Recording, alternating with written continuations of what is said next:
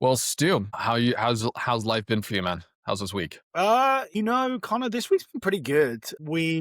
My infant has now settled into a sleep routine, so I'm starting to feel better, and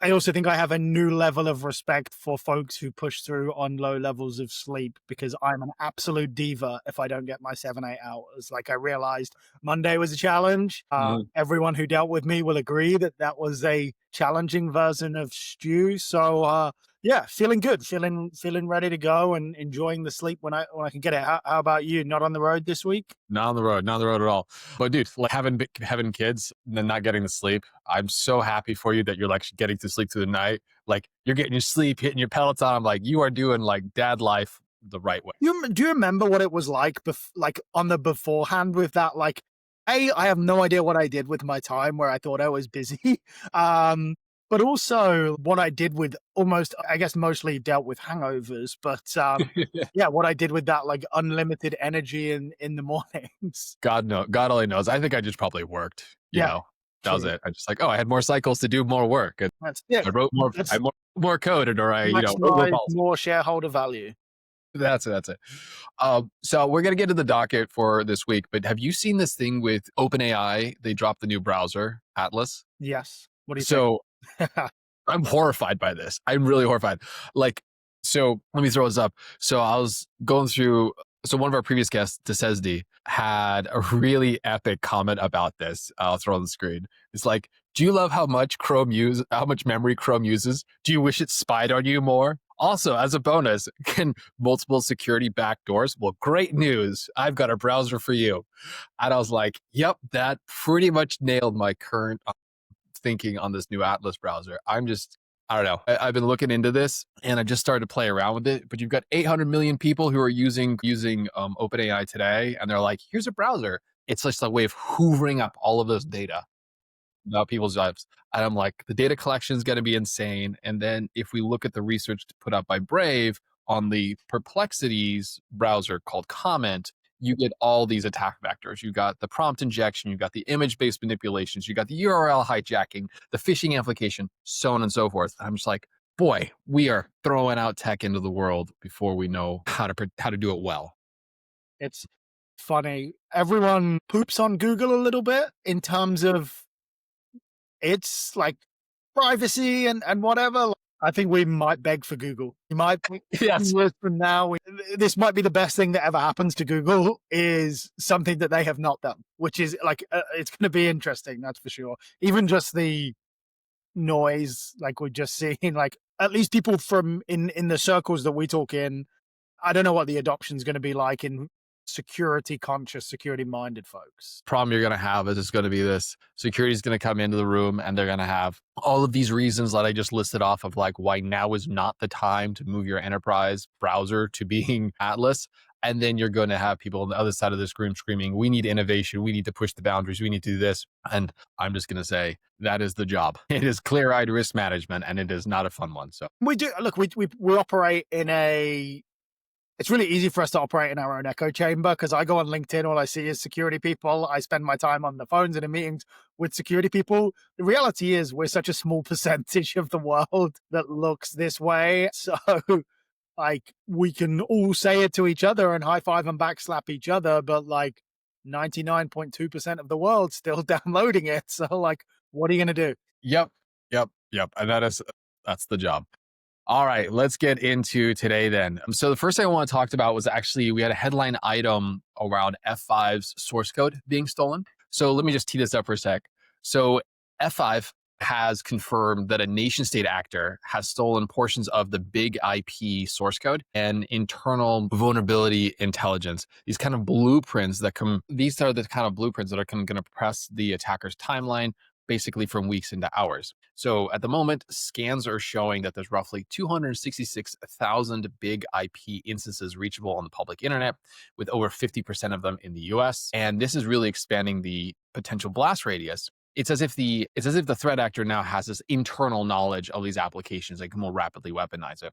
So what I found was interesting on this is when you lose control of the source code, it's not just that the threat actors can be more specific in their approach and attacks. That was true pre this new AI boom. But as we've talked about on the podcast with CVE Genie, or we look at the AI, DARPA's AI cyber challenge, what we're seeing there is they're showcasing that you can have these AI cyber reasoning engines that can autonomously now look at source code, find the vulnerability, weaponize the exploit, and then go into delivery. So I think this is one of the reasons why this is so material and so different than any source code breaches that we saw pre the AI boom of the last 3 years. So if we take that and then you layer in what CrowdStrike just dropped in their annual report, is what CrowdStrike's telemetry is showing is that 81% of the intrusions that they're following are malware free. And we're seeing cloud intrusions up 136%. And then Google's M-Trend reports from Mandiant has said that, again, consistently about 30% of breaches are happening from software exploits, not from those classic phishing things. So in my mind, I'm watching this triangulate around, we're seeing cyber reasoning engines coming for exploitation and getting really good at that.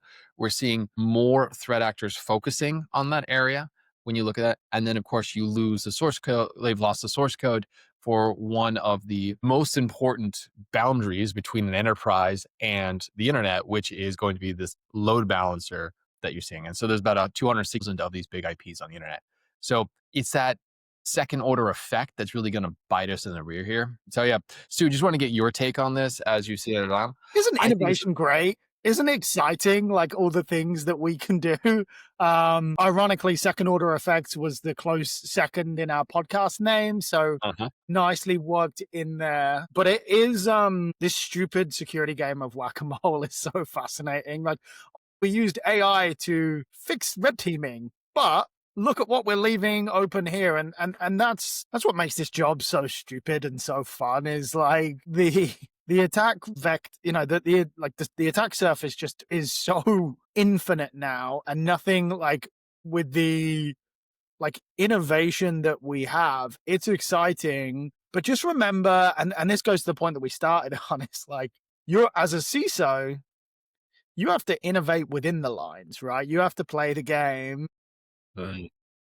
On the other side of the fence, the attackers are all in on innovation without any boundaries, right? Like, or at least the assumption is that without any boundaries. So, like, it is, they're looking at what we're doing on the good side, and it just leaves so much to vulnerability. But I think, look, from my end, asking you as a CISO, like, when kind of the inline box is the risk, like, how do you sequence people and budget, like SRE for failover, SecOps, platform teams for like rapid replacement without breaking run-ups? So if we go back to the time of the pandemic around 2020, right? So we got 2020 and 2021. What we saw there was a massive move from people being in an office to working remotely. We were forced to do this. And in that moment, there was this explosion of remote access solutions. And so SASE got really popular. Like, it had really had its moment. We saw firewalls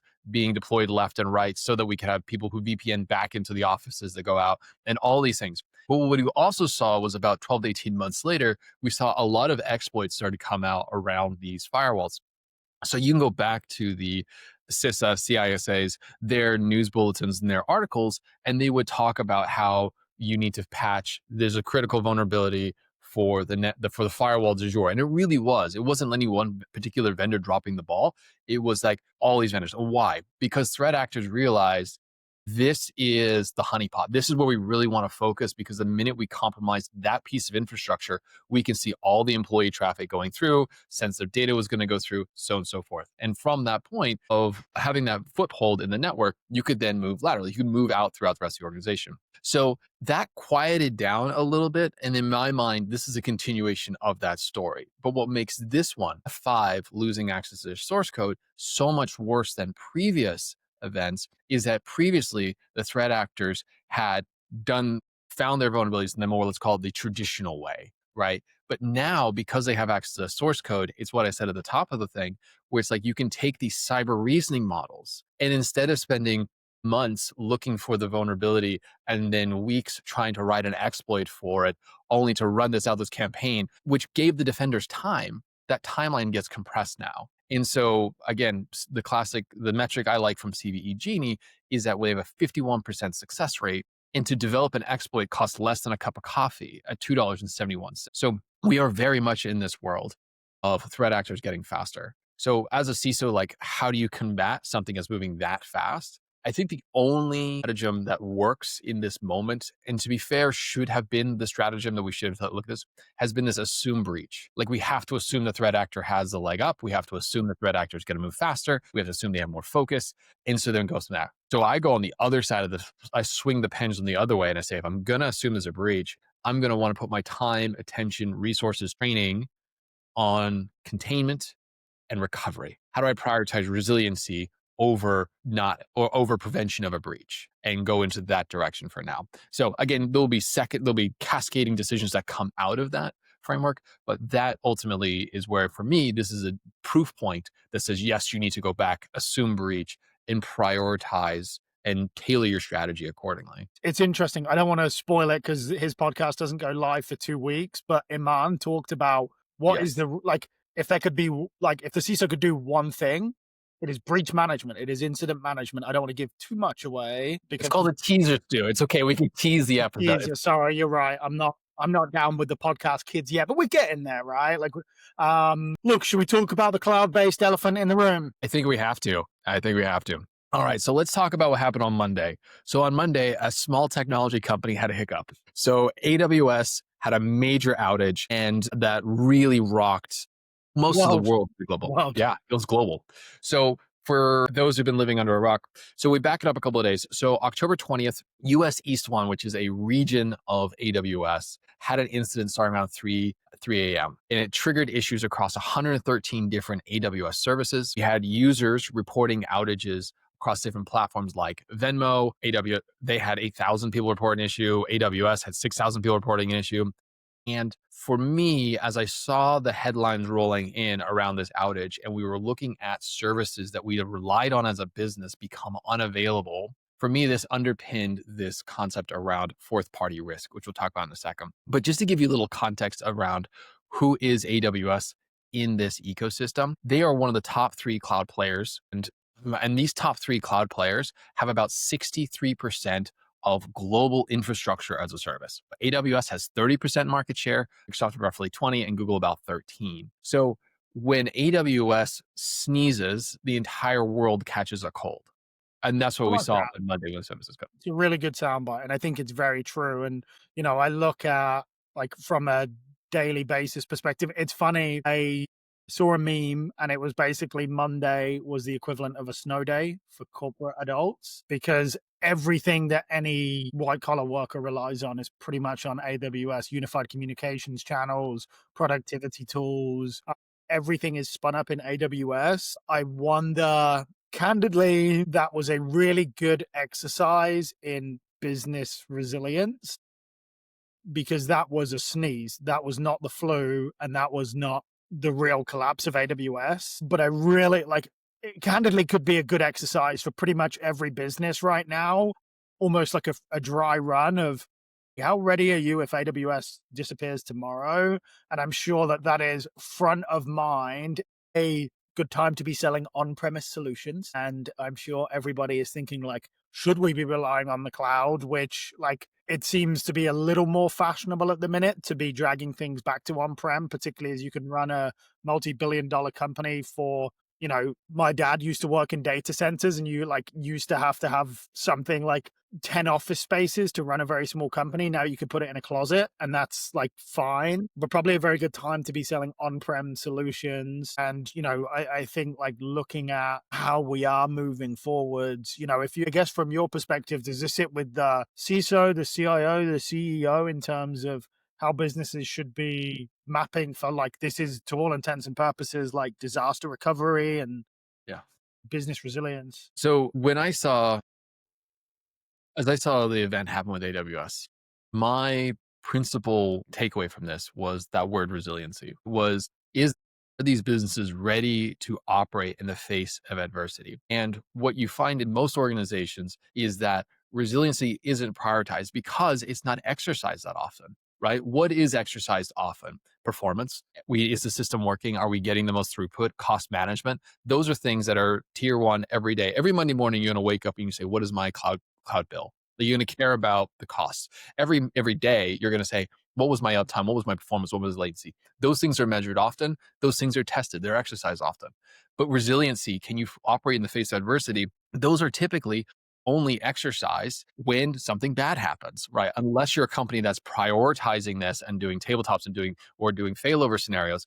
So these are the things we tend to get deprioritized until there is a moment. So what I saw as I was talking to my peer group and talking to others is that it was not just that your direct company wasn't able to deliver, it was that it operationally was reliant on all of these other third parties. And those third parties were then concentrated on AWS. So when AWS has a DNS issue, which at the end of the day, DNS is a really simple and stable protocol. So it took quite a bit for this to happen. But like when you have that happen, it really has this mass cascading effect because it's fourth party risk. And so as I was looking at this, I'm like, how do we get ahead of this the next time around? And so really from my perspective, it's this concept that the SOC 2 is like the golden thing we need to be doing for third party risk management. We clearly need to move beyond that because a SOC 2 doesn't require anything other than the vendor pay lip service to resiliency. And it doesn't give you any insight into fourth party risk.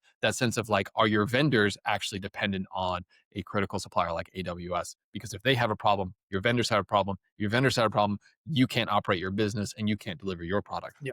And we have a not my problem, right? Like we think that if anything goes down, we can call someone and it will get fixed. Like, hey, this is down. We're going to call our account rep at Slack, at Atlassian, AWS. It's not our problem. Mhm. It is. Like, even if it is out of your wheel of control, which like this was, right? Like CEO of Jim's Trucking, who runs his business on AWS and has a load of third-party apps, cannot influence whether AWS is up or down. Like that is fact. And so the long and the short of it is like that not my problem is has to be fixed. And again, like what is worst case scenario? Because let's say that we were still down on AWS. I have no idea if we'd be able to host this podcast, right? Like We would not, I can answer the question for Yeah. you. We would not be able to host this podcast because our technology is from SaaS vendors who are largely on AWS. Correct. And so like, and there's no influence of control other than like, I could jump on a flight, even though like, I don't know if I could book a flight because I don't know if Delta, I actually think pretty sure they're a Microsoft shop, but like, you know, ultimately it's, you know, there is so much hosted. Like good news is my parking ticket app was down. So and they haven't got back up yet, which is amazing, but I've got to park for free for the last 2 days. So every clouds have every clouds. I didn't even mean that, but that was perfect. Have silver lining. Every cloud outage has a I silver was going to say, congratulations, Stu. You're the one person who benefited from this outage. I'm happy for you. lining. Say $16. The other thing I'll just highlight around this is most conversations end is what you're describing there. In most corporate environments, when you look at a vendor, they're typically looked in isolation. And it's like, okay, I have a procurement request. I go through the system. We're going through a legal review, and then we put contractual protections in there, such as we want certain uptime, we want certain performance issues, we want to have some sort of clawbacks in case there is an outage of a service. And so that's kind of a really good practice to have in place to have those legal protections when you are going for these vendors that you're reliant on. But what sometimes gets lost or isn't really accounted for is two things that are really important. One is that the outage can very easily be more impactful to the operations of your company than you will ever get back in being able to ask for your refund. So here, let me for example, if you are spending $100,000 a month with a vendor, and then you have an outage and you're like, okay, you do the calculations, the downtime, you're like, okay, you now owe me $10,000 because you were out of service for 10% of the month. Okay, you're down for 3 days. What was the actual cost to your business? It doesn't take much to realize, okay, it's gonna be a lot more than $10,000. It's going to have all of that disruption, all that lost revenue, all of those customers that no longer have that relationship with that trust in you, so they bounce and they go to your competitor, so on and so forth. So I have a very, very good example of that, right? So, gambling is incredibly hot in the US right now, right? On Monday, so For those who don't gamble, good for you. Monday Night Football is historically known as the most bet game of every weekend because real gamblers are chasing their losses, right? They lose on Thursday, they lose on Sunday. Monday is how they get right. On Monday, the two biggest betting sites in the US are FanDuel and DraftKings. FanDuel was down, DraftKings was not.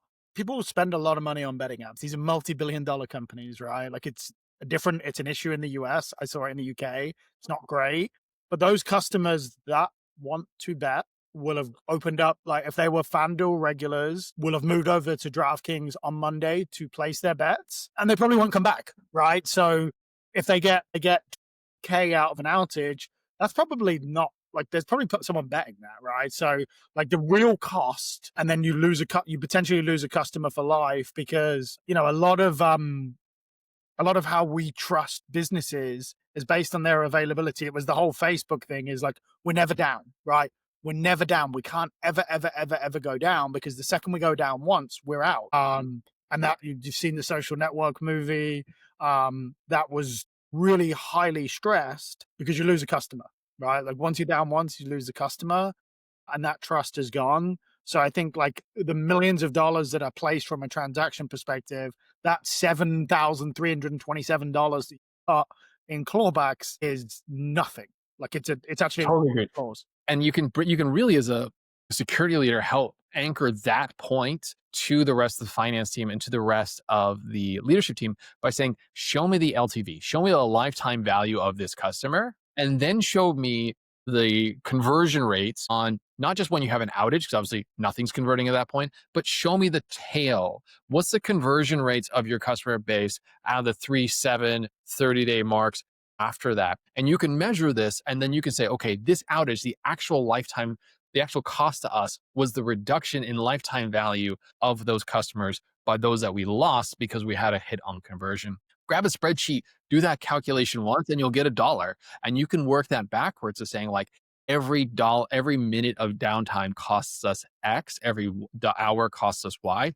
And then you can start to model this. Then this becomes the place by which you can drive this conversation about resiliency. And again, there's this one specific thing we're talking about here, which is this concentration risk and fourth party risk. But this will be the metric that you can use to really drive the resiliency program at a company. So I completely agree with your point. The FanDuels and the DraftKings, I am sure someone was eating somebody's lunch on that day. 100%. 100%. And customers, like this is side note, customers are loyal because of convenience. They're not loyal because of objectivity of like, hey, this is the best product. Like once people have an Apple phone, they don't leave because of convenience, right? But like if Apple was down for 3 days, like that convenience factor would shift immediately. It would also shake my trust in them. I'm like, Right. I need to know that these things are available when I need them. Yes, we're selfish, but like then we're also obnoxiously loyal, right? Like you look at how insurance companies make their money, they keep you in, and it's like, all right, like they've been fine, so now we can just start to bump the premiums up. If we were objective, we'd probably change every 6 to 12 months because that's like to shop for the best deal. But people are not objective; they are loyal for convenience until they're not, until something goes wrong, and then we shop. Yeah. That's a very point. We're very busy, and then someone says, pay attention to me. You're like, oh yeah, why am I spending all that money over there? We should definitely change platforms. We should definitely change those. All right. So talk about some AI washing. Yeah, I wanted to talk about what the FTC is doing over here. So the FTC, the Federal Trade Commission, has started to make this really clear that there's no AI exemption for truth in advertising laws. And this is really important for any of these technology companies that are bringing AI products to market. So through its Operation AI Comply initiative, the FTC has filed multiple cases with this year, including most recently Air AI, an action they brought in August of this year, 2025. And what they're doing is they're targeting startups that are marketing their tools as AI powered without verifiable evidence. So regulators are actively looking for high profile examples to make, and claims once considered harmful puffery are now qualified as deceptive conduct. And I think for leaders here, the lesson here is that AI governance needs to extend beyond the traditional boundaries of like what model can you use or what technology you can use. And it really starting to reach into marketing and sales and investor relations. And just remember that like organization can't prove how a system uses AI we're not just inviting customer skepticism, but we're also inviting this regulatory scrutiny. So, Stu, I wanted to get your take on this because I think this is like both really novel and really the same, right? You just can't lie about your product. Yeah. So, what's your take on this? I mean, first of all, integrity is not always the way people do business, right? But yeah, my AI powered goldfish company, I'm gonna have to put that on the side. Yeah, I mean, look, it's gonna be interesting to see how this plays out because every company is AI powered right now. And it's like, loosely, what does that mean, right? Like, are we just using GPT or Claude or whatever to do some of our work? Like, or are we actually building models, right? Like, are we building our own LLMs? Which, like, personally, the way I interpret things is half the business that I see that are like AI companies, I'm like, no, you're not. Like, I'm pretty skeptical. And I think a lot of businesses are just buying into marketing hype. And I would love the FTC to come in and throw like some pretty aggressive lawsuits at this to calm this down. Because I think my honest skeptic view is a lot of businesses are overshooting the mark in terms of like what their capabilities are from a product perspective. And I'm not going to call any businesses out because they may come for me and fair play. But there's like some of these like age old businesses that are now telling us they're AI companies. And it's like, we've seen your software. Like it is barely like up with 2010 standards. Like, don't tell me that you have remarketed yourself now as an AI company because we're not buying it. And I'm excited to see some lawsuits. Look, I think the penalties right now, I think we're looking at just north of like 50K a day. I think it's going to take a little bit more to calm down enterprises. But yeah, I mean, look, obviously it's moving so quickly. And I think the biggest impact is really going to be on marketing teams, right? Like, I wonder if this is lying with marketing teams. And then candidly, like some businesses are okay. Like if the sales outweigh the fines, like, do we just keep doing it? If we're getting paid 60K a day, but we're bringing in $1 million a day, like, all right. Well, what you're describing there is the principal problem we've had with technology regulation for the last 15 years, is that the amount of money that's being made compared to the fines or whatever, those are basically a parking ticket. Yes. And you're just like, well, fine, I'll pay the parking ticket. Like, I just, I need to Yeah, get I don't going. want to walk. I don't want to walk 20 minutes, so I'll pay the parking ticket and park my Ferrari outside. Exactly. So they're like, so there is a world of like your level of enforcement. So we need to have punishment and enforcement that is meaningful and kind of in a material way. But just want to clarify something. So if we take a look at the job of the FTC's job is principally to protect consumers, right? So this is the Federal Trade Commission, and their job is to make sure that people basically have where consumers are being protected and there are no structural gamesmanships happening inside the economy. And if you look at specifically Section 5, this is a section that prohibits the unfair methods of competition and the unfair or deceptive acts or practices.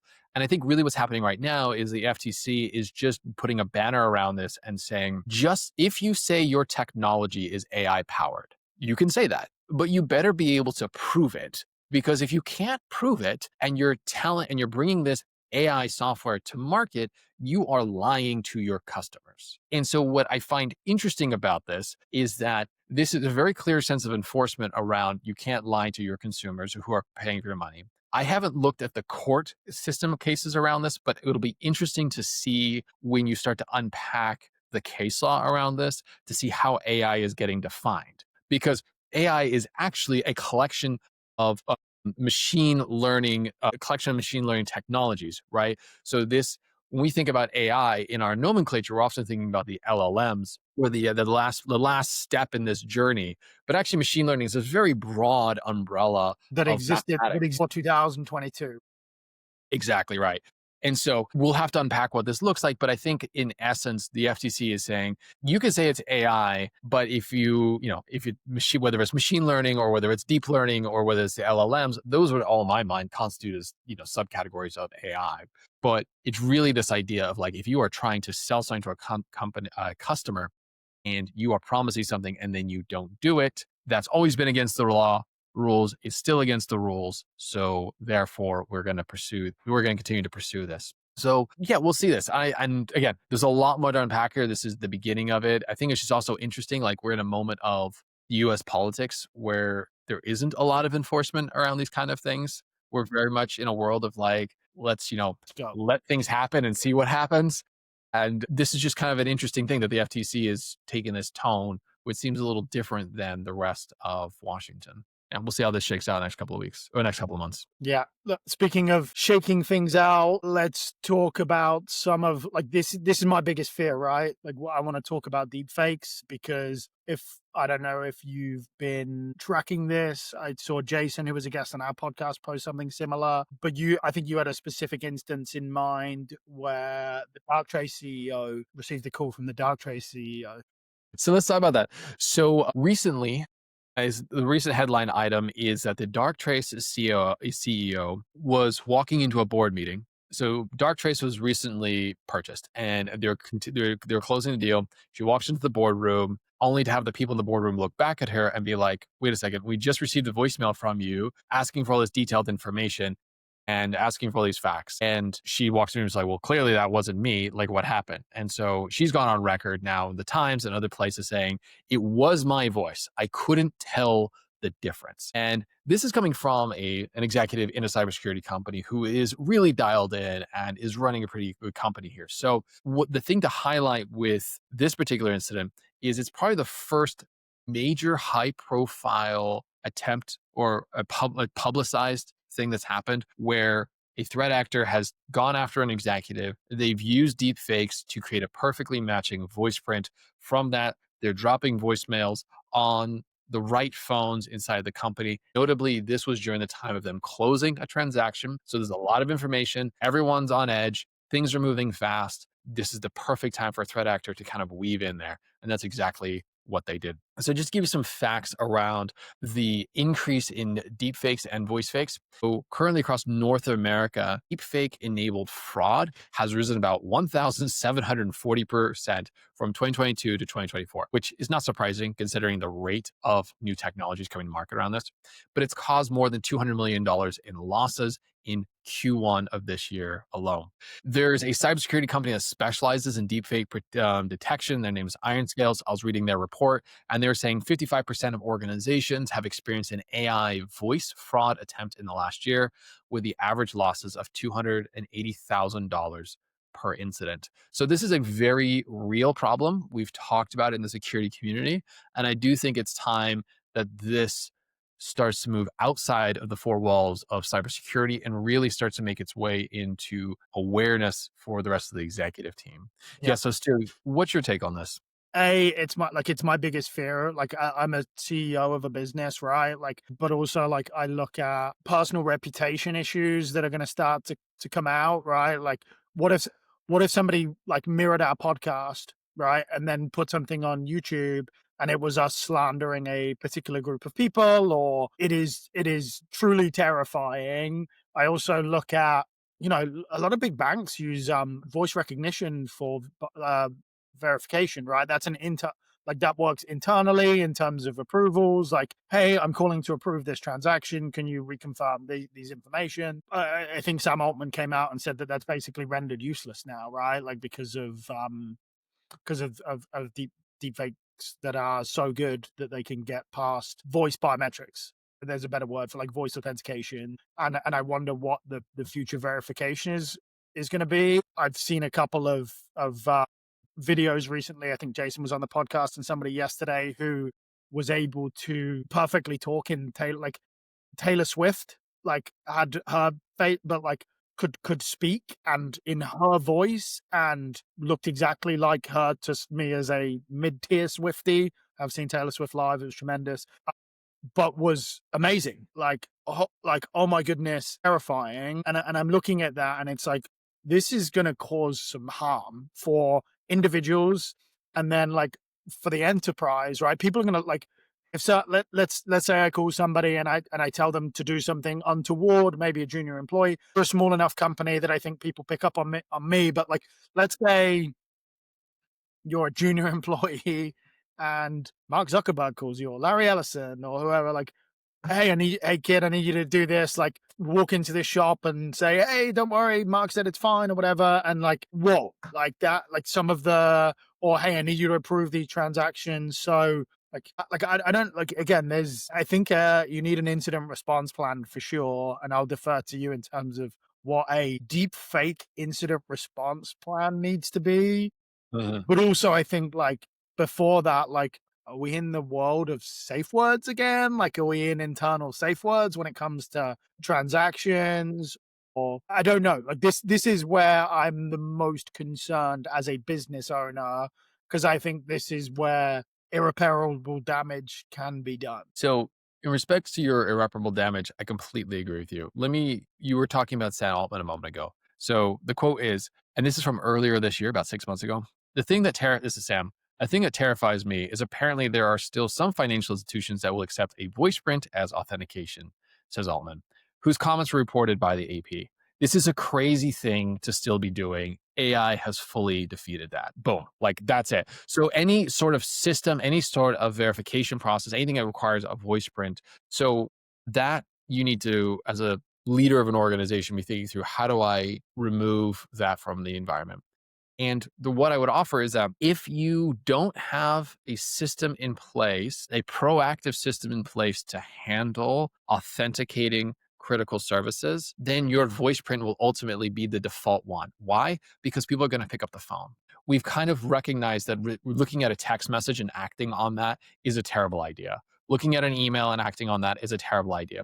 But so culturally, for the last 15 years, we've as the business community said, okay, well, what is closer to that? Well, it's picking up the phone. And that's been your air quotes out of band communications. Like, how do I get out of band from the text message? How to get out of band from the email? I pick up the phone. What we're saying now is that the phone call can't be trusted either, nor can the voicemail. So if you don't proactively invest in a process to handle like those wire transfers or those like more sensitive decisions, then you will default to voice prints, and that's going to set you up for being vulnerable to this type of attack.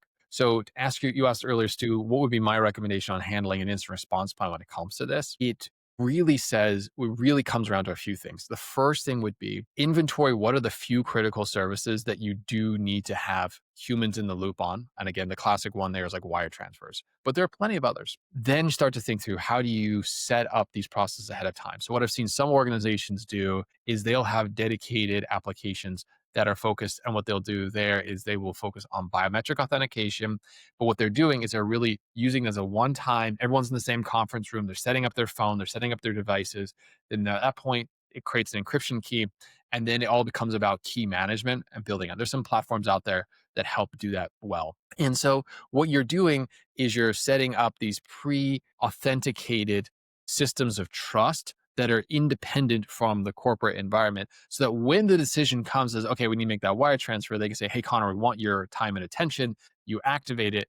And now I'm on my device. I'm now saying, okay, this is truly me. So what you're trying to do is you're trying to build this out of band pre authentication and authorization system. And you're setting it up well before there is a crisis, because during a crisis is the wrong time to be doing this. So And I guess my next question is, at what point are we abandoning what we believe to be seen to be true? Because that's my biggest fear, honestly, is like, hey, I have this, here's a picture of Stu like running through town. He's just a building down, but it's like not me, but it very much looks like me. Or him again.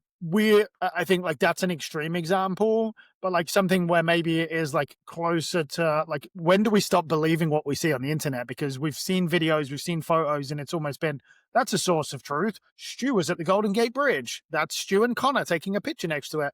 We don't actually have to be there now. And like my default view when I see something cool now is like, is that real? Like and so like, but I'm also at the edge of professionally paranoid. 98%, like my parents, like my mom, will believe anything she sees on the internet. And that is the gospel truth. And that is harmful and dangerous. And like, again, in the overly sensitive, like we're incredibly sensitive political climate right now. Most people aren't as educated, and it's going to make me sound like elitist, but like most people don't realize that not everything they see on the internet is real. And this is just going to make things 10 times worse with some of the deepfake stuff of like, hey, these guys are my political opponent, and look what so-and-so just said. And they didn't say it, but it looks like they said it. And that's where I think like that's where this stuff gets really blurry and unnerving to me as an individual, both selfishly of like, what happens when someone rips me off and I lose everything from a reputation standpoint? And I guess like, are we in a world now where we need technology to verify that something on the internet is real? Like, do the Instagrams and LinkedIn's of the world go through a biometric process to even be able to upload anything anymore? Like, I don't know. Like, is this a verified source that is so and so? It's a very, I don't know, unnerving world in terms of what we're stepping into right. In the world of deepfakes, the principal skill that's going to win the day is going to be crisis management. There is no way out of this. It's not like going through it is going to come out of it too. If we're in a world now where you can open up your Sora app, you can open up your Gemini's application, Banana, you can do these things and you can just create new content in really quickly and then go. You match that to anyone who's got a malicious intent, whether it's to move the perception of a population so they're voting differently, or whether it's trying to get a wire transfer, or whether it's dropping that voicemail on a CEO for them pretending to be a CEO during a sensitive moment in their company's history. We are in a world now where everyone should be thinking along the lines that you're thinking, Stu. It's like, I'm not going to believe this until it is verified, and you need to kind of engage. Now, that's an exhausting state to be in, but that is the world that our technology is leading us into at the moment, where we do need to have that. So we need to have this skepticism, and as part of training our companies, training our team members, training our families, is that sense of just because you see it, just because it sounds like it, just because you can comes from something that we feel as we've got an emotional attachment to, whether TikTok, Instagram, whatever, like, does not mean it is true. So we need to kind of like get that grounded. And then the second thing is like, how do you start to verify these things? Well, we have great technology for the time being, and that's cryptography. We have ways to create data and then sign that information, and then you know if it's been tampered with. The problem is it's expensive. It's computationally expensive. You're not going to sign everything that you do. So now, as business owners and security leaders, it's like, how do we take these systems and get them operationalized properly for those sensitive moments, for those more important transactions? Because we're not going to be able to do everything. So I think the only winning bet here is to figure out what are the few processes, systems, people that we really want to protect. And you just make that world smaller. And then you're putting your time, energy, and resources in protecting the messages that are coming out from those people, or the decisions that are coming out from those people, or so on and so forth. We can start to see this. But yeah, I We think need crisis more management. AI Sorry. slop that looks really good so that like people stop. Honestly, like I look at some people and some of the stuff out there, it is funny. We actually need more of it so that people start like, I know this sounds like a weird thing to say, but the Uh-huh. more crap we see, the more people are like, okay, like this looked good. So now should I be a little bit more skeptical? Like I think we almost need to pump the internet with crap so that we then are like, okay, that level of skepticism for the average user is all right. This is probably crap. It's almost like this is rubbish until proven real, versus this is real until proven rubbish, which is probably where we are. So, Stu, don't worry. We have a commander in chief who is actually adopting that strategy and pumping the internet full of AI slop. So, Love it, absolutely. So me riding a horse into RSA next year, ripped with a full head of hair and a spear, like that's gonna be doing the rounds on the internet. I think that's the one that everyone's excited to see, but that will be real. That yes, that'll be there for all. All right, everyone, we're going to call that a show for today. So, for everyone, one last thing we need to do, and we do this every single week, and I really love this segment, is the Monday morning quarterback. So, we know, as you all know, we drop these episodes on Friday. We're listening over the weekend, and then we're coming into the week.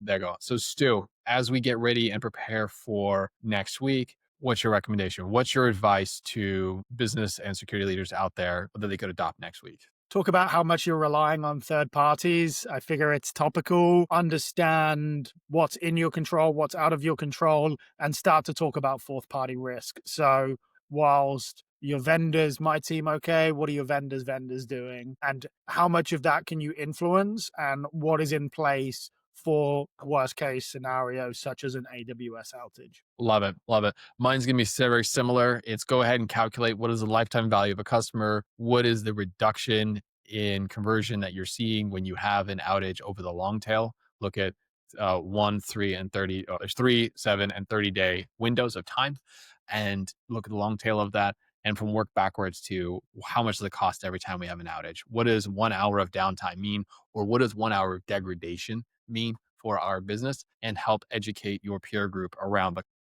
of not the cost of non-resiliency, the cost of fragility, put a dollar next to it and help that drive the conversations. That would be my thought for next week. All right, all.